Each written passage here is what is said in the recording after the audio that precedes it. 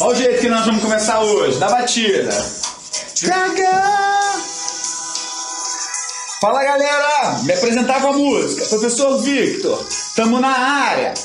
Aula de física, ciências da natureza, tecnologia, daquele jeito. Como é que vocês estão? Hey, hey! Olha o ombrinho que balança. Maravilha, galera!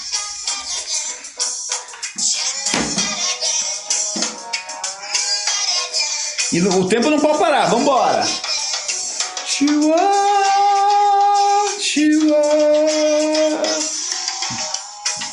Mais um pouquinho, mais um pouquinho, mais um pouquinho. Vai que tá bonão.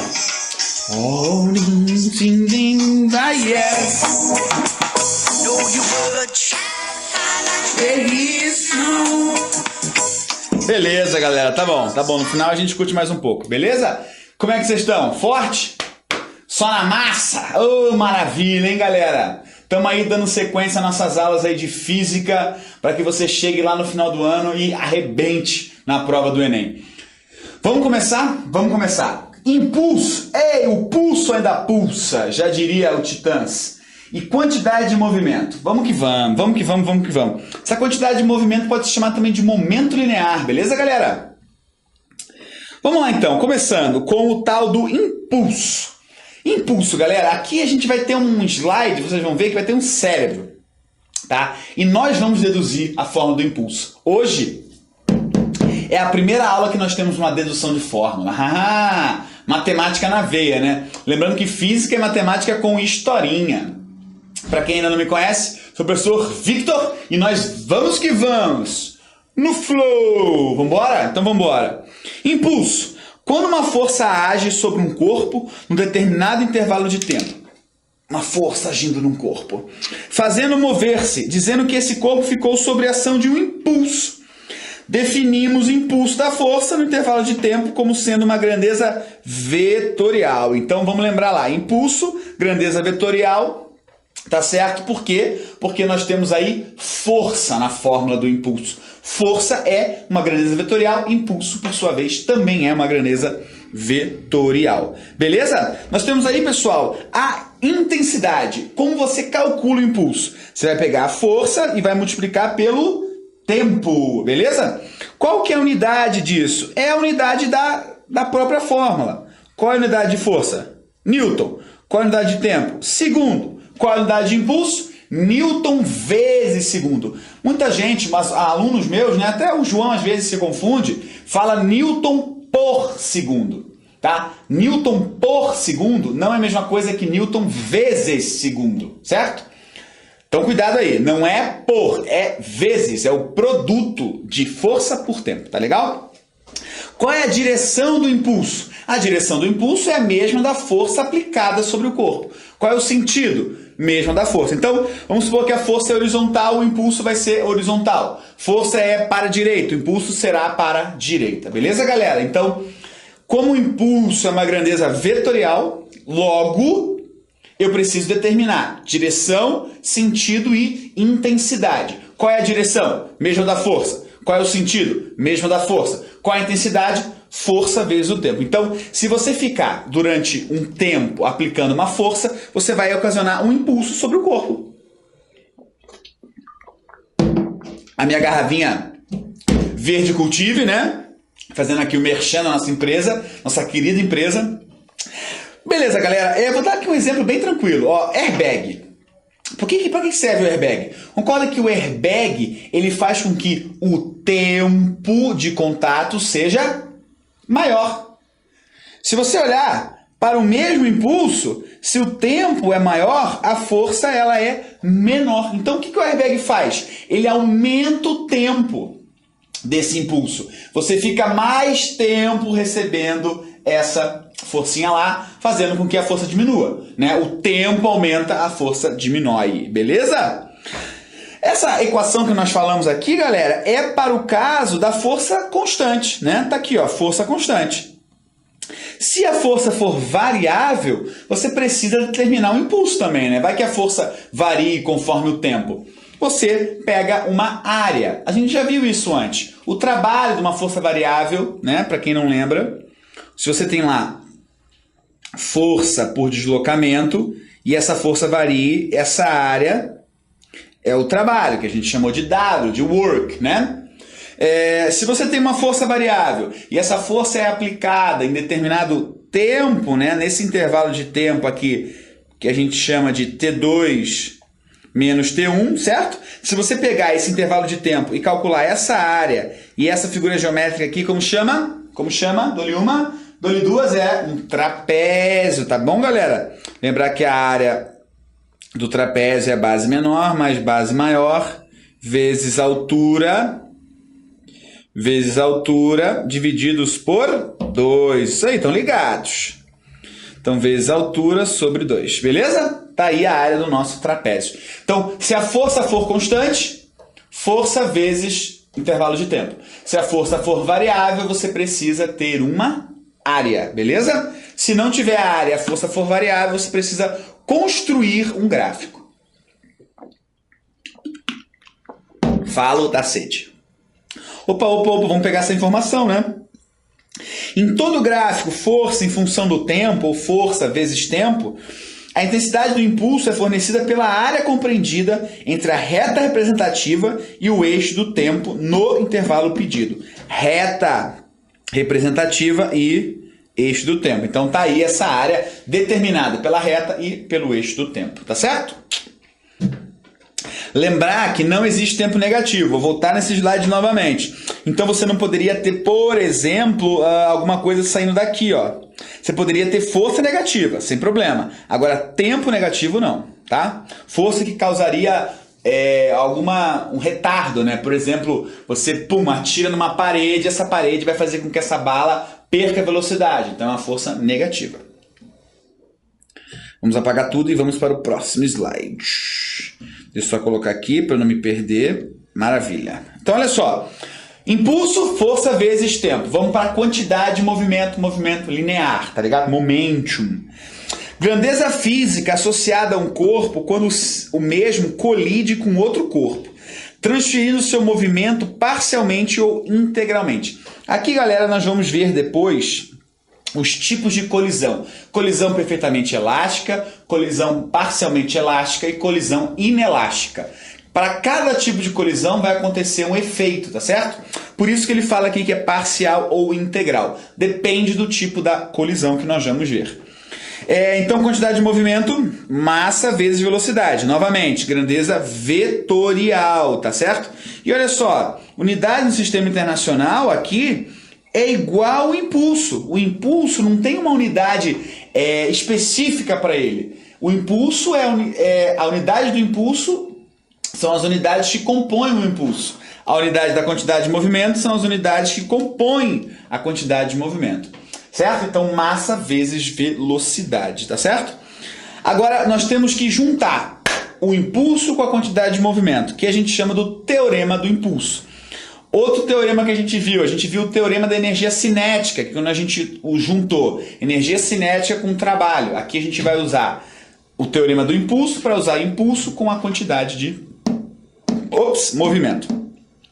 O impulso da força resultante de um sistema de forças que age sobre um corpo é igual à variação da quantidade de movimento do corpo. Então, o impulso é igual à variação da quantidade de movimento. Então, se você impulsiona um corpo, ele tende a ganhar velocidade. Se você tira o impulso do corpo, ele tende a perder velocidade, tá certo? Então, agora que a gente vai usar o cérebro lá, vamos fazer a dedução do teorema do impulso, certo? Para começar, eu preciso da segunda lei de Newton. Então, eu tenho lá força igual a massa vezes a aceleração, tá certo? Por que eu usei isso? Porque a gente está trabalhando com força em impulso. Precisamos encontrar velocidade. Lembrar lá da nossa aula de cinemática que a aceleração é a variação da velocidade pela variação do tempo, tá certo? Então, no lugar de aceleração, eu vou colocar variação da velocidade pela variação do tempo. Vou pegar esse tempo e vou jogar multiplicando lá, certo? Vai ficar força igual a variação do tempo. Opa, olha quem eu já encontrei aqui. Aqui eu já encontrei o impulso, tá certo? E olha só, quem ficou do outro lado? Massa vezes variação de velocidade. Só que ΔV, eu não posso escrever que é V final menos V inicial? Sim, né? Então eu vou substituir esse cara por esse. Então vai ficar força vezes variação do tempo é igual a massa que multiplica V final. Estou fazendo uma distributiva aqui, tá? Menos V inicial. Ó, a minha distributiva. Então vai ficar força vezes variação do tempo é igual... Aqui não vai caber, pera lá. Aqui, deixa eu apagar aqui. Vou fazer lá embaixo, que acho que é melhor, né? Tem mais espaço ali. Então, olha só. Vai ficar força vezes o tempo é igual a m vezes velocidade menos m vezes velocidade. E o que é isso aqui?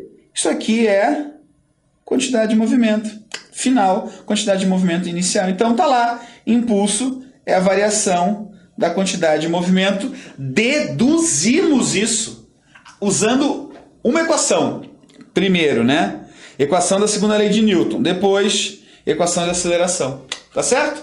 Então, por isso que a unidade de impulso ela é composta por outras. Porque antes já tínhamos lá a segunda lei de Newton. Maravilha?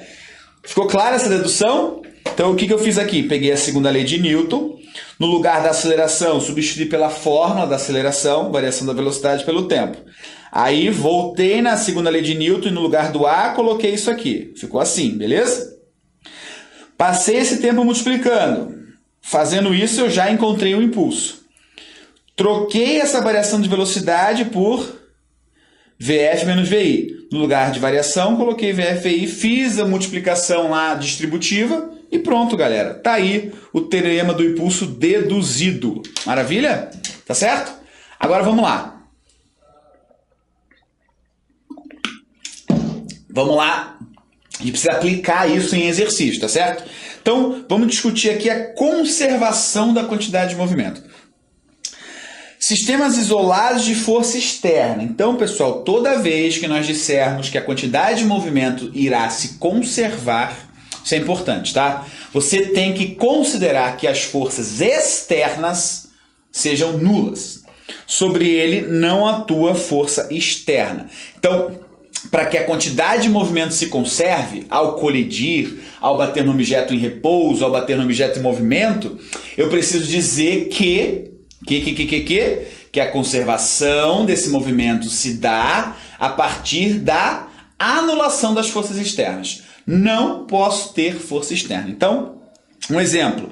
Um astronauta no espaço, fora do campo de ação gravitacional de qualquer corpo celeste. Força-peso nula. E no vácuo não existe forças resistivas. Tá legal? Então aqui eu poderia trabalhar com essa conservação da quantidade de movimento. Outra ideia lá.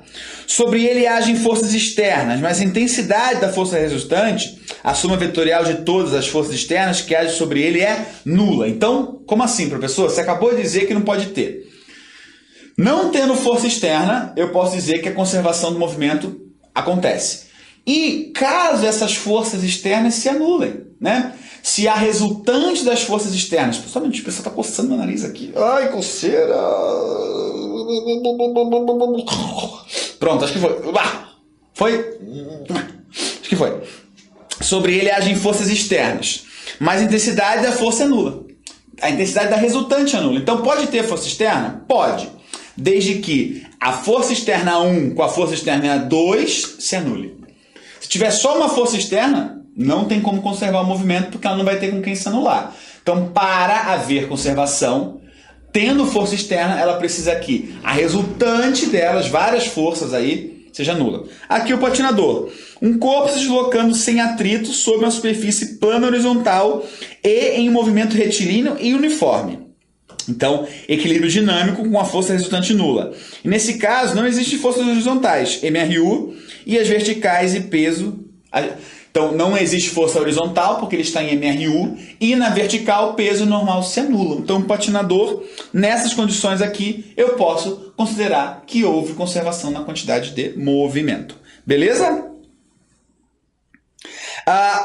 Outro caso, conservação da quantidade de movimento. As forças externas existem, mas suas intensidades são muito pequenas, praticamente desprezíveis. Então, primeiro caso, não existe. Segundo caso, existe, mas a resultante vetorial é nula. Terceiro caso, existe, mas não existe. Tipo, existe, mas é muito pequenininho, né? Quando comparadas com as forças internas, que são muito grandes. Exemplo, choques, explosões, disparos. Olha isso aqui, ó, que legal. Tá vendo aqui, ó? Ah, bala na cara! Tá certo? Quando a força externa é desprezível, praticamente zero, eu posso ter a conservação dessa quantidade de movimento aí. Tá certo, galera? Então, vamos para o princípio da conservação da quantidade de movimento. O que você tem que fazer? É usar o que está aqui. Q antes é igual a Q depois. Resolver problema de conservação de quantidade de movimento, você pega tudo que aconteceu antes e iguala a tudo que aconteceu depois. A partir disso, você vai encontrar o que ele te pede. Bem simples. Quando o sistema é isolado de forças externas, né, os 3 casos que a gente trabalhou, sua força resultante tem intensidade nula e, consequentemente, o impulso dessa força é nulo, pois impulso é força vezes tempo, certo? Se não há, vamos lá, vamos para o teorema do impulso. Se o impulso é igual à variação da quantidade de movimento e o impulso é zero, eu digo que a quantidade de movimento final é igual à quantidade de movimento inicial, beleza? Certo? Uma força externa seria uma força que eu estaria fazendo no corpo. Se eu digo que não tem essa força, a quantidade de movimento que ele tinha é igual à que ele tem, certo? Elas se conservam, beleza, galera? Para resolver problema é só igualar, quer ver? Olha só, um detalhe muito importante aqui. Por quê? Quando você estiver trabalhando com velocidade, tá? Com velocidade, a velocidade ela pode ter 2 sentidos, certo? Sentido para a direita ou sentido para a esquerda. Você, aluno, tá? Vai arbitrar quem que você quer que seja positivo, para a direita ou para a esquerda. O que você não pode fazer, se o corpo está indo para a direita e ele lança um corpo para trás, certo? Eu tô lá em cima do meu skate. O camarada meu pé, lança água aí. Eu lanço a água para ele. Concorda que a velocidade do skate está num sentido, a minha está num sentido, e o que eu lancei para ele está em outro sentido. Então eu preciso colocar os sinais, beleza? Tudo bem? Ficou claro isso aí? Maravilha. Vamos ver então se isso se aplica aos exercícios. Um trenó com massa total de 250 kg desliza no gelo a velocidade de 10 metros por segundo. Se o seu condutor atirar para trás 50 kg de carga a velocidade de 10 metros por segundo, qual será a nova velocidade do trenó? Q antes igual a Q depois. Então vamos lá. Está aqui o meu trenó, certo? Então vamos lá. Q antes, vamos montar aqui. Q antes é a massa do trenó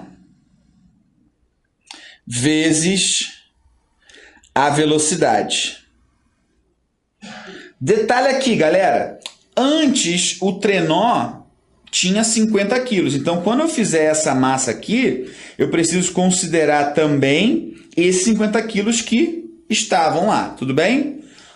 Vocês entenderam a ideia aqui? Porque, olha só, um trenó com massa 250 kg desliza no gelo. Tá, se o condutor atirar para trás 50 kg de carga, a velocidade de 10 metros por segundo, a nova velocidade do trenó vai ser... Então ele atirou para trás 50 quilos. Tudo bem ou não? Ficou claro isso aí, galera? Tudo bem ou não?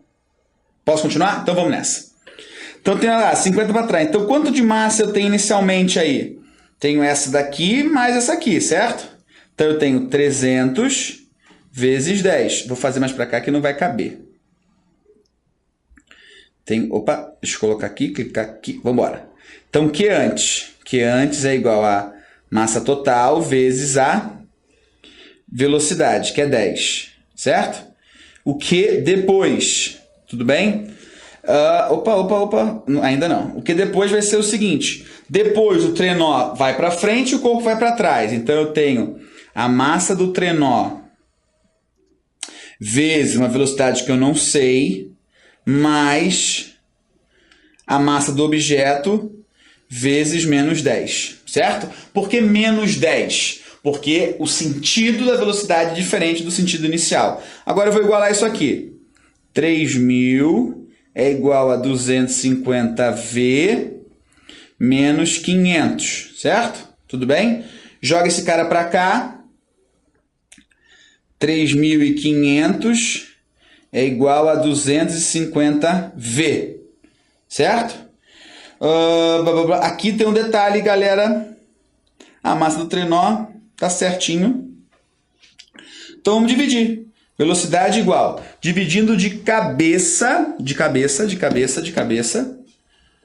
Vamos lá. Divididos por 250 igual... Opa. 3.500 divididos por 250 igual a 14, aproximadamente 14 metros por segundo. Então vai dar 15. Aqui, pessoal, tem um problema de enunciado aqui, porque ele fala: um trenó com massa de 250 desliza no gelo com velocidade de 10. Se o condutor atirar para trás 50 kg da carga, né, ele não disse aqui que é para considerar, mas eu preciso considerar, tá certo? Então, 14 metros por segundo. Certinho? Entenderam o que eu fiz aqui? Ficou claro? Olha só. O que é antes? Certo? É a massa vezes a velocidade. Tá certo? E o que é depois? Massa vezes velocidade, massa vezes velocidade. Tá certo? Igualei isso, porque Q antes é igual a Q depois. Só um detalhe aqui. Como ele não falou, eu poderia fazer assim também. Que o Q antes é igual a 250 vezes 10. Certo? E o Q depois vai ser 200 vezes a velocidade que eu não sei, mais 50 vezes menos 10. Q antes, 2.500... Opa! 2.500, estou multiplicando, igual a 200V menos 500. Joga para lá, fica 3.000 sobre 200, igual a V. Corta, 30 por 2, V igual a 15 metros por segundo. O outro deu 14, professor. Por quê? Porque aqui, se ele jogou, né, 50 para trás, tinha 50 lá. Ele não tirou um pedaço do trenó e jogou. Tá certo, galera? Então aqui vai muito da interpretação do problema. Como não faz fazer diferença no nosso resultado, 14 e 15, os dois jeitos aí eu acho viável, tá? Os dois jeitos são viáveis para resolução. Aqui só faltava ele dar alguma consideraçãozinha para a nossa interpretação ficar clara. Mas é isso aqui. Importante é negativo porque tem um sentido contrário. Perceba que a velocidade deu positiva. Então a velocidade é o quê? No mesmo sentido que a gente tinha o trenó antes do corpo ser jogado para trás. Beleza, galera? Mais um aqui. Um casal de patinadores pesando 80 e 60 quilos, parados um de frente para o outro, empurram-se bruscamente de modo a se movimentar em sentidos opostos sobre uma superfície horizontal sem atrito. No determinado instante, o patinador mais pesado encontra-se a 12 metros do ponto onde os dois se empurraram. Calcule a distância em metros que separa os dois patinadores nesse instante. Então, olha só, galera. Eu tenho aqui que a massa de um é... Vamos lá. Massa do homem, vou colocar aqui 80 quilos. Massa da mulher, 60 quilos. Qual outra informação? Que o patinador mais pesado encontra-se a 12 metros do ponto onde os dois se empurraram. Então, um está a 12 metros e a outra eu quero saber, tá certo? Então, vamos lá, galera. Quantidade de movimento antes igual a quantidade de movimento depois. Aqui, ó, o patinador parados, um de frente para o outro. Opa, então separado, a quantidade de movimento antes é igual a 0. E a quantidade de movimento depois vai ser massa vezes velocidade mais massa vezes velocidade. Eu preciso colocar essa velocidade negativa porque um vai para um lado e o outro vai para o outro. Tudo bem? Certo? Vamos aqui. Eu preciso substituir esse cara aqui. Por quê? Porque ele não me deu velocidade. Ele me deu o deslocamento em metros. Certo? Então vai ficar assim, ó. 80 vezes 12 sobre ΔT mais 60 vezes ΔS sobre ΔT, e isso aqui é negativo, tá legal? Isso é negativo. Vou apagar aqui embaixo para ter espaço, tá legal? Professor, mas o que você fez ali? O que eu fiz, galera? Eu substituí na minha equação Q igual a massa vezes velocidade. Velocidade é espaço sobre tempo, tá? Eu substituí o espaço, a velocidade, por espaço sobre tempo. Aqui, galera, vamos fazer matemáticazinha. Vamos cortar, eu posso cortar esses tempos, porque esses tempos são iguais, tá certo? Mas eu vou fazer a multiplicação aqui, ó, vai ficar de cabeça, tudo de cabeça. 80 vezes 12 dá 960 sobre ΔT, menos 60 ΔS sobre ΔT. Isso aqui igual a zero. Corta, corta, tá certo? Então ficou menos 160, menos 60 ΔS é igual a menos 960. Dividindo 960 divididos por 60 é igual a 16. Então, ela está a 16 metros dele. Não, minto, olha lá. Ela está a 28 metros dele, né? Porque se ela andou 16 para cá e ele andou 12 para cá, a distância entre eles é 28 metros. Olha só que problema bacana, galera. A gente está falando de quantidade de movimento, mas dentro da quantidade de movimento, eu usei a equação da velocidade, que é espaço sobre tempo. Tá certo? Professor, vou dar uma olhadinha aqui, ver se tem mais um. Se tiver, eu quero refazer com vocês aqui. Fazer aqui. Aqui dá para fazer rapidinho. Então, olha só, galera. O que antes é igual a zero. O que depois? Vai ser a massa vezes a velocidade, mais massa vezes a velocidade. Todo mundo entendeu porque eu tenho que colocar negativo? Porque o homem está num sentido, a mulher está em outro sentido, beleza? Eu não posso usar a velocidade porque eu não sei. Eu tenho que substituir a velocidade pela equação velocidade, espaço sobre tempo. Porque ele me disse que o espaço do homem é igual a 12 metros. Professor, mas por que você cortou os tempos? Concorda que o tempo para ele atingir a posição 12 é o mesmo tempo para a menina atingir a posição que eu quero saber, né? O tempo que eles se estão afastando é o mesmo. Se empurraram é o mesmo tempo. Então eu substituí lá, vai ficar 0, eu vou deixar 80 vezes 12, todo mundo sobre ΔT. Já vou fazer o processo de multiplicação, vezes ΔS sobre ΔT. Corto, daí esse finalzinho a gente já fez, né? 960 menos 60 ΔS, ΔS igual a 16 metros. Então a distância entre eles, 16 para a direita, 16 para a direita, 12 para a esquerda, a distância entre eles 28. Essa era a pergunta, 28? Calcule a distância em metros que separa os dois. 28 metros. Beleza? Então a distância que os separa é de 28 metros. Vamos para o próximo e o último. Sobre uma partícula de 8 quilos, vamos ver aqui. Ele deu a dica, tá? Tá todos os dados ali, então vamos lá. Sobre uma partícula de 8 quilos, movendo-se a 25 metros por segundo, passa a atuar uma força constante, intensidade de 2 vezes 10 a segunda newtons. Notação científica aqui, hein? Cuidado lá. Durante 3 segundos, no mesmo sentido do movimento. Então, vai aumentar a velocidade. Determine a quantidade de movimento dessa partícula após o término da ação. Então, teorema do impulso. Vai ficar lá. Impulso. Opa! Aumentou. Impulso. Vai ficar força 200 vezes o tempo. Impulso igual a 600 newton vezes segundo. E ele quer saber a quantidade de movimento final, né? Então vai ficar 600 é igual a quantidade de movimento final menos inicial. Massa vezes velocidade. Então, 600 é igual a quantidade de movimento final menos 8 vezes 25. 4 vezes 25 é 100. 8 é 200. Joga para cá, a quantidade de movimento final é 800 quilogramas vezes metros por segundo. Lembrando que a unidade de quantidade de movimento é a unidade de massa e velocidade. Massa e velocidade. Bem tranquilo, né? Só aplicar o teorema do impulso. Beleza, galera? Essa aula foi boa, né? Foi, ó, heavy metal, rock and roll.